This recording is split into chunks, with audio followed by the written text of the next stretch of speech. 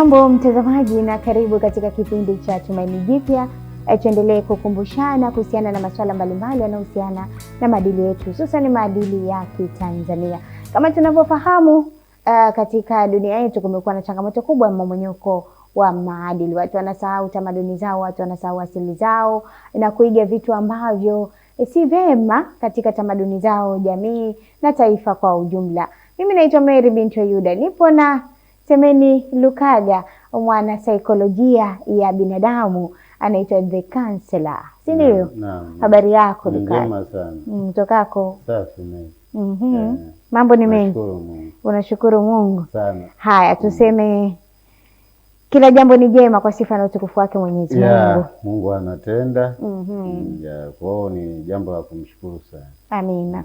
Mtazamaji, mada yetu ya leo inasema ama inaeleza kutokujua maana ya kuishi kunavyoweza kusababisha mmomonyoko wa maadili. Kutokujua maana ya kuishi kunavyoweza kusababisha mmomonyoko wa maadili. Kumbe kuishi kuna maana yake, unaifahamu? Usiondoke pembeni ya runinga yako. Nambari zetu ni 0742773444. Unaweza kututumia ujumbe wako kama unalo la kutaka kufahamu.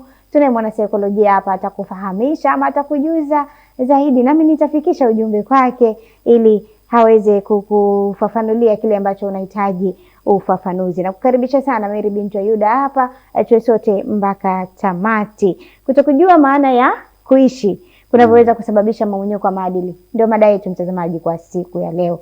Moja kwa moja tunakwenda kufahamu maana ya kuishi. Hapa kuna maisha, si ndio? Maisha ni nini? Kwa nini tunaishi? Karibu Lukaga. Okay, asante sana. Kwanza nimshukuru Mwenyezi Mungu. Amina. Na nishukuru pia kwa hii mada, kwa sababu ni mada ambayo inaweza ikatutoa sehemu moja kwenda sehemu nyingine. Kuhusu mabadiliko chanya ya maisha. Mabadiliko chanya ya maisha yenyewe ambayo yanaenda kujenga maadili yaliyo sawia. Tunapozungumza kuishi, hatuwezi kusahau neno maisha. Yes. Maisha, tunasema maisha ni fikira unazofikiri. Kwa hiyo nje hakuna maisha. Maisha yako ndani ya akili ya mwanadamu. Maisha yako ndani ya fikira ya mwanadamu.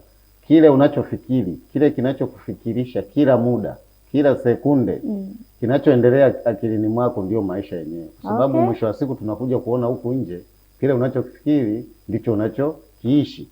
Kwa hiyo maisha ni kwamba ni kitu ambacho hakipo, of course, huwezi kukiona. Ndio maana pia kuna utata watu kufahamu, yani watu definition ya maisha. Kwamba maana ya maisha hasa ni nini, kila mtu atataja kutokana na uelewa alionao na fikira alizonazo yeye kuhusu anavyofahamu. Wengine nimewahi kuwasikia Lukaga, nikukatisha hapo, wakisema maisha hayana maana. Yaani yanachanganya. Usipoelewa kwamba maisha hayapo katika uhalisia ila yapo akilini, unaweza ukapata maelezo mengi sana yanayomaanisha maisha. Okay. Ndio maana wengine wanafikia tu wanaona kabisa maisha kama hayana maana. Maisha ni nini? Wanajiuliza vitu vingi.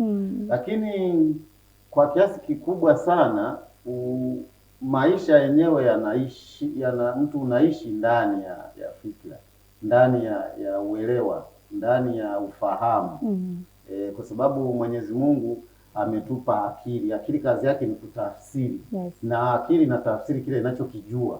Kwa hiyo tukija kwenye masuala ya nje huku, tunafanya vitu tunavyovijua. Tunaishi, yani kule kuishi kwetu tunaishi vitu tunavyovijua tayari. Yani uwezo ukawa unaishi afu vitu vijui. Kwa hiyo neno maisha ni kile unachokifikiria akilini, kwenye fikira zako, kilichoko kwenye ufahamu, kwenye utashi, kwenye uelewa wako. Ndicho kitu tunachoita maisha. Kwa hiyo huko nje hakuna maisha. Yes. Lakini tunakuja kuishi. Tunatakiwa kuishi vipi? Kuishi sasa. Maana ya kuishi tunasema ni uwepo.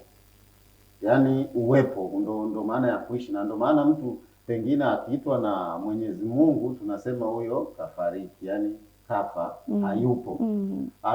Anapokuwa hayupo ndiyo inaleta maana ya yeye kutokuishi. Kwa hiyo kuishi ni uwepo. presence. Yes. Kwamba wewe uko available, unaonekana kazini, unaonekana nyumbani, unaonekana kanisani, unaonekana eneo fulani, unaonekana eneo fulani. Huko ndiko kuishi. Baada ya kuwa unatumia maisha ya ndani, yani zile fikira, mawazo, utashi, uelewa na namna unavyotafsiri, ndio unaenda kuapply kwenye kuishi.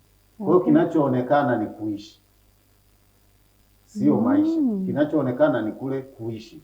Sasa tunaposema kuishi ni uwepo, maanake popote utakapokuwepo, kilichokupeleka pale ni kile unachokijua, ni fikira. Kuishi sio tu kwenda sehemu na kuonekana. Kuishi ni pamoja na kuzungumza, yaani mazungumzo yako yanaweza yakaamua maisha yako. Okay. Kile unachokisema na kukitamka ndicho kinaweza kikaamua maisha yako, na of course ndicho kitu ambacho kimeamua maisha ya watu wengi. Yakiwemo mazuri na mabaya. Kile unachokinena, kile unachokisema, kile ambacho kinakutoka wewe, kwa sababu process yake inaanzia kwenye fikira. Kwa hiyo baada ya hapo unachokisema ndicho tunaona unachokiishi, ndicho unachokommunicate. Kisaikolojia ile ambalo unazungumza lina ukweli kiasi gani? Na kisaikolojia kwamba unachokisema ndicho kitakachokuwa. Ni kwamba unajua Mwenyezi Mungu baada ya kuwa ameumba ulimwengu alijua hawa watu watahitaji kurahisisha maisha. Yaani hawa watu wanahitaji kurahisisha maisha. Ndio maana Mwenyezi Mungu hakuumba akatuwekea na magari, akatujengea na majumba, hivyo vitu vyote aliviweka ndani ya akili ya mwanadamu. Kwamba huyu itafikia mahala atahitaji kwenda haraka. Kwa hiyo itabidi awe na utashi na ujuzi na uelewa wa kutengeneza vitu vitakavyompeleka haraka. Kwa hiyo kile unachokiona nje huku vyote ukiachilia mbali vile ambavyo Mwenyezi Mungu kaviumba, vingine vyote vimeanzia kwenye fikira za watu. Sasa si ndo maisha yenyewe? Yaani ndo maisha yaliyoko kichwani, ndo kuishi kwenyewe tunako kuishi. Kwa hiyo ukiona mtu anafanya jambo fulani, maana yake si bahati mbaya, ni maisha yaliyoko ndani yake, ndio amekuja kuyaishi huku nje. Kwa hiyo likiwa jambo baya, maana yake lina mwanzo. Mwanzo wake ni kwenye fikira. Likiwa jambo zuri, lina mwanzo wake ni kwenye fikira. Kwa hiyo tunasema kisaikolojia, unavyojisemea ndani ndicho kitu utakachokiishi huku nje. Kwamba mimi nitafanikiwa. Yes. Utafanikiwa tu. Utafanikiwa. Mimi nitafika kweli? Hayo ni mashaka, si ndio? Hayo ni mashaka, na unachokiumba ndani yako ni kujipunguzia nguvu. Okay. Unajua ukiishi kiusahihi kwa kufata misingi, unakuwa una apply, tunasema unakuwa una apply alama ya kujumlisha kwenye maisha. Kwa mfano ukiwa unajizungumzia kuhusu kufanikiwa, kuhusu kufanya vitu vizuri, vitu vikubwa, hata kama uko level ya chini, manake unaongeza. Kuna vitu unaongeza ndani yako, lakini ambavyo vile vitu vinaenda kusapoti huo uelewa wako, na ndiyo maana Mungu pia akatuambia tutafute maarifa. Unaongeza maarifa, unapoongeza maarifa unakuja kuongeza vitu unavyovihitaji. Kwa hata fikira zako zitakuwa na upana zaidi, utafikiri mbali, utafikiri pakubwa, na hata ukifanya kwa asilimia unahitaji 100, unafanya 100, ukipata 70 ni angalau, kuliko yule ambaye anasema mimi siwezi, hili ni gumu kwangu. Sawa? Yule hata kuwaza kufanya 50% hawezi. Umeona? Kwa hiyo unakuta kwamba ndani yetu sisi, vitu tulivyo navyo ndani yetu ndivyo vinavyoamua maisha yetu baadaye. Kwa hiyo kuna ukweli, usipokuwa makini kwenye kauli zako unazojiambia ndani, unaweza kukuta ndizo zinazokugandisha muda mwingi. Kwa hiyo hapo tunaungana na wahenga wanaosema maneno yanaumba. Yes, yanaumba. Na unajua hata Mwenyezi Mungu kaumba kwa kutamka. Mwenyezi Mungu alikuwa akusanyi material sehemu, anakuja kutengeneza mlima. Alikuwa anatamka. Sasa kuna namna ambayo Mwenyezi Mungu unajua na tumuumbe kwa mfano wetu. Yes. Sometimes kuna hiyo kwamba sisi tunaweza kutamka kitu na kikaja kikawa, japo hatuwezi kufikia level ya Mwenyezi Mungu. Lakini hii Mungu katuwekea ili kurahisisha maisha. Kwa hiyo hata tukija kwenye masuala mengine haya ya maisha, tunayoita maisha au kuishi kwenyewe na uwepo wetu duniani, haya mambo mazuri, mambo mabaya, chanzo ni fikira zetu. Nini unajua kuhusu hili? Na ukishalijua unalifanyia haki kiasi gani? kwa sababu kuna mtu anajua hili jambo ni baya lakini anashindwa kutenda haki kwenye lile jambo, analifanya vile vile. Na ndio maana tunasema katika ulimwengu huu kuna law of nature, yaani kuna sheria ya asili ambayo chanzo chake ni Mwenyezi Mungu, kwamba hata kabla ya watu wengine kuja kukwambia achana na hiki kitu, hicho kitu chenyewe kinaweza kikakuwajibisha kisheria. Okay. Yaani sheria ya asili. Kwa mfano, usivute bangi, achana na bangi. Kabla mtu hajaja kukwambia usivute bangi, bangi yenyewe, yaani asili, ile sheria ya asili, tutaona wewe unaeuka. Ndo watu wanakuja kujiuliza shida ni nini? Ni bangi. Wanaambia wengine msivute bangi, bangi ina madhara. Kwa sababu tayari sheria ya asili imesha apply, imeshafanya kazi. Umeona? Kwa hiyo kile kilichoko ndani tunachofahamu kwamba bangi ni kitu kibaya, ndicho kitatufanya sasa tuishi nacho. Ila tunaweza tukawa tunaishi tunajua bangi ni mbaya na bado tunaitumia, haitaacha kutudhuru. Itaendelea kutudhuru kwa sababu sheria ipo pale pale. Na hata hizi sheria zote ambazo zimetungwa duniani huku zimetoka kwenye hiyo nature. Okay. Kisaikolojia sasa, inakuwaje tunaambiwa hili jambo ni baya usilifanye, lakini mtu anatamani kujaribu, na wengine sio kutamani, wanafanya. Yeah. Kisaikolojia imekaaje? Kisaikolojia asilimia kubwa ujue watu tunafanya tunayoyajua. Yaani hauwezi kuishi maisha ambayo haujawa nayo akilini.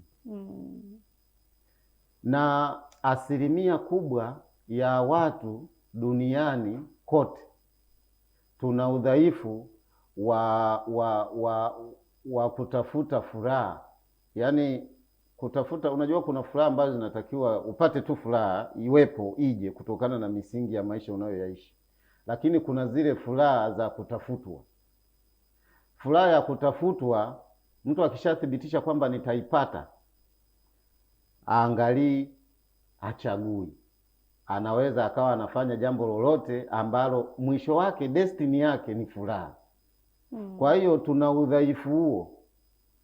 Ujue kwenye akili ya mwanadamu inapomaliza kutafsiri, inapeleka mawasiliano kwenye mind ambayo ndo psycho yenyewe, psychology yenyewe. Kwenye kufanya maamuzi. Na hapo ndipo Mungu anapopa hukumu. Ndipo Mungu aliposema kwamba linda sana moyo wako, kwa sababu ndiko unakoweza kukuangamiza au kukuokoa. Kwa hiyo tunaposema kwa nini mtu anajua hili ni baya alafu bado anaenda anafanya, sio kwamba tunaanzia pale kwamba sio kwamba ajui, anafahamu kabisa kwamba hili ni baya. Zile bahati mbaya uwaga ni defensive mechanism. Okay. Hakuna kitu bahati mbaya ambacho kinatokea wakati umekifanya mwenyewe. Yale huwa ni maisha halisi ambayo mtu ameyaishi. Sasa kwa nini baya alafu anaenda anafanya? Tunasema kisaikolojia anakuwa anatafuta haki, yani anatafuta kudhulumu haki. Haki anaidhulumu haki. Sio kama tutaelewana vizuri. Haki sio kufanya. Okay. Haki sio kufanya. Lakini wewe unaenda unafanya, maana yake una violate haki. Na ndio maana mwisho wa siku watenda mabaya wote hata kama asipoonwa, lile baya litakuja kuibuka, watu watajua tu. Kwa sababu una violate haki, una violate nature, ukishaiharibu yenyewe inakurudia. Kwa hiyo wengi huwa ni tuseme kwa lugha nyepesi tamaa. Tamaa bila kupiga mahesabu mazuri matokeo yake kwamba yatakuwa vipi. Okay. Yeah. Haya mtazamaji, haya ndiyo maisha. Tunazungumzia kuhusu maadili. Kipindi hewani ni Tumaini Jipya. Tunajitahidi kurejesha tumaini kwa kile ambacho Mwenyezi Mungu ametujalia. Na mada yetu ya leo inasema kutojua maana ya kuishi kunavyoweza kusababisha mmomonyoko wa maadili. Tumetazama kuhusu maisha, na tukirejea sasa tutaangalia namna gani ya kuishi kunavyoweza kusababisha mmomonyoko wa maadili. Tunakwenda mapumziko, tutarejea, usiondoke.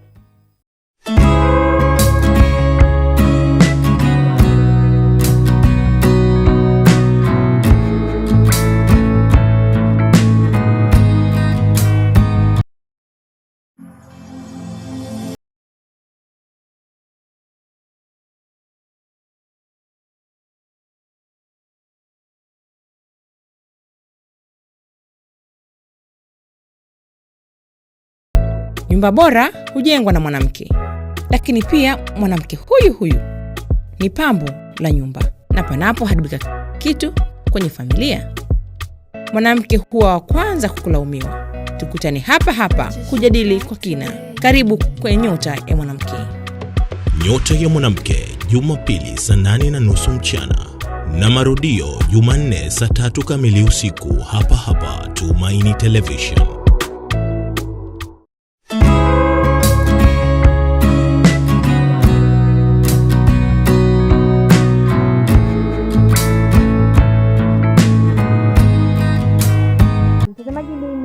Tena Tumaini Jipya ndio kipindi wani. Kama ndio kwanza unaungana nasi, karibu sana.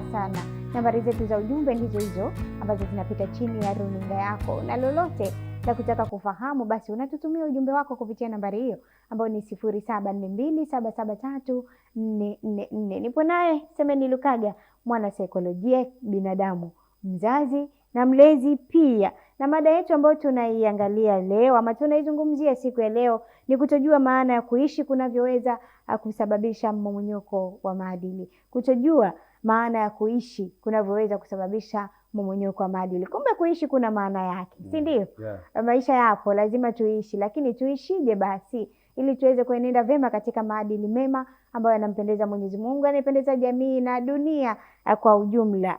Tumepata kufafanuliwa vema na mwanasaikolojia maana ya maisha. Maisha ni nini? Kwa nini tunaishi? Basi sasa tunakwenda kuangalia tunatakiwa kuishi vipi ili tusilete changamoto huku katika swala zima la maadili. Kwako Lukaga. Okay, asante sana. Tunatakiwa kuishi vipi sasa? Okay. Kuishi tunakotakiwa kuishi kabla hatujakutana na sheria. Tunasema ni kujitendea haki wenyewe. Yaani kujitendea haki wewe mwenyewe ni kuishi katika misingi ambayo yaani wewe utoki nje ya ile misingi. Unaweza ukawa umejiwekea maisha yako ambayo hayaingiliani na mtu yeyote wala eneo lolote wala jamii yeyote. Yaani kwa mfano kuna yale maisha binafsi. Yale maisha binafsi unahakisha kabisa unajitendea haki. Yaani haujidhulumu. Kuna vitu ambavyo vimekatazwa, havihitaji watu wengine wawepo ndipo uharibu. Ni wewe tu, yaani wewe mwenyewe kwamba hichi kitu aidha nikikifanya au nikikitumia au itakuwa nimejiharibu mwenyewe. Kujitendea haki kwanza. Unapojitendea haki na hayo yote unajua yanaanzia kwenye fikira, yaani unachokijua. Kwa sababu wakati mwingine usipojua maanake utakuwa unaishi kama umechanganyikiwa. Utakuwa unagusa huku, unagusa huku. Lakini hapa tunazungumza mtu ambaye tayari anafahamu maana kwamba mimi najitambua, najielewa, najifahamu. Kwa hiyo binafsi natakiwa niishije. Na utakapoishi kwa haki yako, kwa kujitendea haki we mwenyewe, sio binafsi, kujitendea haki we mwenyewe, maanake ile haki utaiambukiza kwa watu wengine. Kuna vitu hutaki vikuumize, huwezi kuwaumiza watu wengine. Kuna vitu hutaki vikuhuzunishe, kuna vitu hutaki viende tofauti, hata kwa wengine utatenda hivyo. Na ili upate haki, niongezee hapo, lazima uwajibike. Maanake tunasema hakuna haki pasipo wajibu. Unawajibika ndio. Yes. Kwa maana yaani kwamba kwenye maisha yako wewe mwenyewe unawajibika sahihi, unajitendea haki. Kama ni swala la mahitaji yako binafsi, unajua unayapata kwa haki. Unajitendea wewe mwenyewe haki. Kwa mfano kuna watu ambao hawajitendei haki katika utafutaji, wanajikuta anapigwa na wananchi wenye hasira kali kwa sababu labda alikuwa anadokoa, alikuwa anaiba. Huko sio kujitendea haki. Okay. Yaani kabla hujaenda kumuibia mtu, kumnyima haki yake, kumnyang'anya haki yake, wewe mwenyewe yale maamuzi uliyoyafanya kwenye nafsi yako tayari wewe mwenyewe umeshajidhulumu haki. Kwa hiyo kule unaenda tena kusababisha kudhulumu haki tena ya mtu mwingine. Okay. Kwa hiyo tunapaswa kwanza kuanzia hapo, wewe mwenyewe binafsi kuwa mwaminifu kwako. Alafu baada ya hapo unaenda kwa watu wengine. Unapoenda kwa watu wengine, hapo hatujahusisha pesa, hatujahusisha sijui vitu gani. Unapoenda kwa watu wengine, ule utu wako wewe unautazama tena kwa watu wengine. Yaani unajiona wewe kwa watu wengine kwamba huyu nikimtendea hivi mimi mwenyewe huwa sifurahi. Kwa hiyo sio jambo zuri. Automatically utawatendea watu vema. Sasa tunakuja, unaelewa nini kuhusu mazingira? Unaelewa nini kwamba kule ni salama, huku sio salama? huku ni kuzuri, huku sio kuzuri. Unaelewa nini kuhusu hawa watu nikiambatana nao, wa uzuri wao, ubaya wao. Unafahamu hizi stori ninazoshare na hawa watu kila siku zina faida gani kwangu au kwao, zina hasara gani? Unakuwa sasa na wigo mpana wa kuanza kutafsiri maisha. Pesa anazozipata hivi zinaweza zikanisaidia nini? Au hizi njia za kupata hizi pesa zinaweza zikanisaidia au zinaweza zikawa tatizo kwangu? Japo ni pesa, lakini yani unaanza kutafsiri sasa nje, kutafuta maana ya kuishi, kwa sababu kupata pesa nyingi sio tatizo. Unaweza ukapata pesa nyingi na zikakuua mapema. Ukapata pesa nyingi zikakuharibia sifa, zikakuharibia heshima, zikakuvuruga kabisa, yani ndo zikakupoteza. Kwa hiyo tunasema kuwa na watu marafiki sio tatizo. Marafiki ulionao ni wa aina gani? Lazima uwe na hiyo misingi ya kuweza inaanzia kichwani, yani kuishi sasa, kwa sababu tumesema maisha yako kichwani, hayako nje.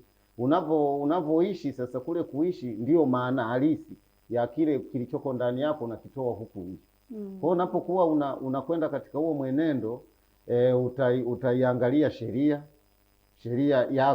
ya nature inasemaje, asili, sheria iliyotungwa labda maeneo uliyopo nchini kwenu inasemaje, sheria ya Mungu inasemaje. Utakuja kwenye maeneo mengine utakuja kuangalia mambo yote yanayokuzunguka, ubaya wake na uzuri wake. Lakini tunarudi pale pale, lazima uwe unajua, lazima uwe haya mambo unayafanya unayajua. Kwa ndio maana wanasema kuongeza maarifa kwenye maisha. Yani ukubali kujifunza. Kwa mfano, mtu unapofanya jambo, mtu akaja akakushangaa, usimbeze, hebu muulize, naona umenishangaa hapa, labda nimekosea wapi, ili aweze kukupa alichokiona yeye kutokana na uelewa wake. Watu tunazidiana uelewa. Ni kweli kabisa. Na mtazamaji, Tumaini Jipya kipindi hewani, na tunaangalia kutokujua maana ya kuishi kunavyoweza kusababisha mmomonyoko wa maadili. Nipo na Isemeni Lukaga, mwanasaikolojia mzazi na mlezi. Tunasonga mbele. Karibu sana kama ndo kwanza unaungana nasi. Sasa Lukaga, tunakwenda kuangalia namna ya kuishi sasa kunavyoweza kusababisha mmomonyoko wa maadili. Tunatakiwa kuishi vipi na namna gani tukiishi sasa kunaleta tafulani katika jamii yetu? Tunarudi pale kwamba tumesema kile unachokiishi akilini, yale unayoyawaza, fikira zako, utashi, uelewa na vile unavyotafsiri mambo akilini, ndicho kitu utakachoenda kukifanya nje. Sasa tukazungumza pia kwamba wanadamu tuna tamaa. Ukiachilia mbali ubinafsi, tuna tamaa, na hizi tamaa huwa tunaonywa, ni taarifa tunazo, tunajua achana na hivi vitu, achana na hivi vitu. Lakini sasa shida ni ile hali ya kutaka kupata furaha ambayo si haki yako. Kutaka kupata furaha ambayo si haki yako. Sasa inakuja kuwa tatizo kwenye maadili, namna ya kuishi kunavyoweza kuleta tatizo kwenye maadili. Hasa pale mtu ambapo anakiuka misingi, anakiuka utaratibu wa kwake mwenyewe na utaratibu wa jamii, hata Mungu pia anapokiuka. Manake kula anapokwenda, kuna watu wanakuwa wanasema wanaenjoy hayo maisha, lakini mwisho wa siku wote tunakuja kushuhudia matukio ambayo ni mabaya, yani mwisho mbaya kwa wale watu. Kwa hiyo namna ya kuishi inaweza ikasababisha mmomonyoko wa maadili katika nyanja mbalimbali. Kwa mfano, namna unavyoishi ndani ukaja kuleta nje, ukawa ufati utaratibu wa kisheria, utavunja sheria. Na ukivunja sheria, sheria itachukua mkondo wake. Tunaona watu wanavunja maadili mpaka kwa watoto, wanafanya unyanyasaji. Watu wanavunja maadili kwenye familia zao, wanafanya unyanyasaji. Watu wanavunja maadili kwenye sehemu za kazi, kwa wafanyakazi wenzao, wanavunja maadili. Kuna watu ambao tulikuwa tufikirii kabisa kwamba wanaweza kufanya matukio kama yale, unakuta wanafanya. Lakini sio kwamba mwanzo walikuwa hawajui kama hili ni tatizo. Ila ile hali ya tamaa pamoja na kunyang'anya haki. Yaani mtu anakuja kufanya jambo anajua kabisa si haki yake. Mara nyingi watu wenye matatizo ya afya ya akili wamekuwa wakifanya, yani kuna watu ambao wakifanya matukio, serikali inaenda kujithibitishia labda kupitia mahakama kwamba tuangalie huyu mtu kama anaweza kuwa na changamoto za afya ya akili. Kwa nini amevunja maadili ya namna hii? Wengine wanakutwa hawana changamoto za afya ya akili, wengine wanakutwa wana changamoto za afya ya akili. Kwa hiyo unakuja kugundua kwamba kumbe tatizo sio huku, sio kitendo alichokifanya. Tatizo limeanzia kichwani, namna anavyofikiri. Sasa yawezekana mmomonyoko wa maadili ukawa mkubwa kwa sababu watu hawana uelewa wa kutosha kuhusu maisha, kuhusu maana ya maisha, kwa sababu tumesema maisha hayapo, maisha yako akilini. Sasa humo ndani ya akili yake yawezekana kuna vitu ameweka vingi, alafu hakuna hata kimoja chenye maana kinachoweza kumsaidia. Mara nyingi sana ni kama kabeba mabomu kichwani mwake. Akienda kufanya tukio analipuka. Anapata shida. Akienda kufanya tukio anaadhibiwa. Ameenda kufanya tukio fulani, jambo fulani, anakutana na jambo ambalo sio zuri. Kwa hiyo unakuta ni kama amebeba tu mabomu ndani ya akili yake. Tujaribu pengine kutafuta namna ya kuelewa vizuri maisha. Inawezekana mwingine akawa amebeba hayo mabomu ambayo unayazungumza, lakini asielewe ama asifahamu kwamba mimi nilichokibeba hakipo sawa. Huyu mtu anasaidiwa vipi? Na ndiyo namba kubwa ya watu. Ujue juzi kati nimeona klipu kwenye mitandao huko. Kijana kaenda kwa mganga, kampa dawa, kamwambia aenda akafanye tukio tukio ambalo sio zuri la kikatili, kwamba atapata pesa. Okay. Alafu yeye yule anaenda kufanyia hilo tukio mtaani pale, na watoto ni wa pale pale. Yaani angalia akili yake sasa. Manake anashindwa hata kufikiri kwamba hili tukio ni la ajabu. Hapa niko mtaani. Huyu mtoto anajua kuongea, anajua communicate vizuri na watu na nini. Hivi hichi kitendo utakapomfanyia hawezi kwenda kuambia watu. Na ananijua. Na ananifahamu kabisa. Mimi niko hapa. Sio, unaelewa? Kwa hiyo unakuta kuna ndio maana nasema unakuta watu wengi kifikira katika akili zao na uelewa wao wamebeba vitu vya kuwaangamiza wao wenyewe. Okay. Kuna kitu kinaitwa dark psychology. Kinahusiana na watu au mtu kutumia akili yako wewe mwenyewe. Hiyo akili ikawa silaha, uelewa wako huo, tabia zako na zikawa silaha kwako wewe mwenyewe. Ndio kama wanazozitumia hata wengine waganga ambao hawafai. Okay. Anakuimpati knowledge, uelewa, tabia, hisia ambazo zinaenda kuwa tena tatizo kwako wewe mwenyewe, lakini nia yake ni yeye kunufaika, ili aweze kunufaika. Kwa hiyo bado masuala ya afya ya akili, masuala ya kisaikolojia, wanasaikolojia tupewe fursa, tuzungumze na dunia, tuzungumze na jamii.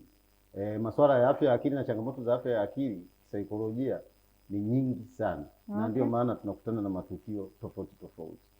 Haya, mtazamaji, ni namna tunavyoishi alafu tukasababisha mmomonyoko wa maadili. Kwa upande wa ndugu zangu wa Kristo, anakuambia kuishi kwao ni Kristo na kufa ni faida. Wengine wanakuambia maisha hayana maana kabisa. Sijajua kwa wenzetu upande wa pili, lakini bila shaka nao wana slogan yao kwamba kuishi ni kwema tu, si ndio? Kuishi ni amani, kwa sababu Mungu ametupa zawadi hiyo ya uhai, zawadi ya maisha, basi tuishi lakini katika njia iliyo njema ambayo inampendeza Mwenyezi Mungu. Haya, Lukaga, una la kuiambia jamii? Pengine kuna mtu anakutazama akilini mwake amebeba mabomu hayo ambayo umetoka kuyazungumzia. Naamini kwa asilimia kubwa watu wengi wamebeba mabomu. Na kama ulivyosema, unakuta wengine hawajui kama ile ni tatizo. Sasa mimi ni wasii tu kutokana na muda wetu. Wengine wanaweza wakafuatilia mitandao yangu ya kijamii kwa sababu wanaposti pale kwa jina la mental_health_care_tz. Fuatilia pale mitandao yote ya kijamii unayojua wewe, andika hilo jina. Lakini pia unaweza ukanipata kwa namba za simu ambazo ni 0743437158, 0743437158. Asante sana. Haya, asante mtazamaji, nikushukuru tena kwa kuweza kuwa pamoja nasi, lakini pia nimshukuru mwenzangu Simon Peter ambaye amesimama nyuma ya kamera. Mimi ni Mary Binto Yuda, mwenzangu Semeni Lukaga, mwana saikolojia ya binadamu. Basi kwa nambari hizo ambazo amezitaja na akaunti zake kupitia mitandao mbalimbali ya kijamii, unaweza ukamfuatilia. Kama una tatizo lolote, basi tiba ipo hapa, si ndio? Yeah. Anaitwa The Counselor. Mary Binto Yuda hapa, hadi wakati mwingine tena, mara nyingine. Asante, uwe na wakati mzuri.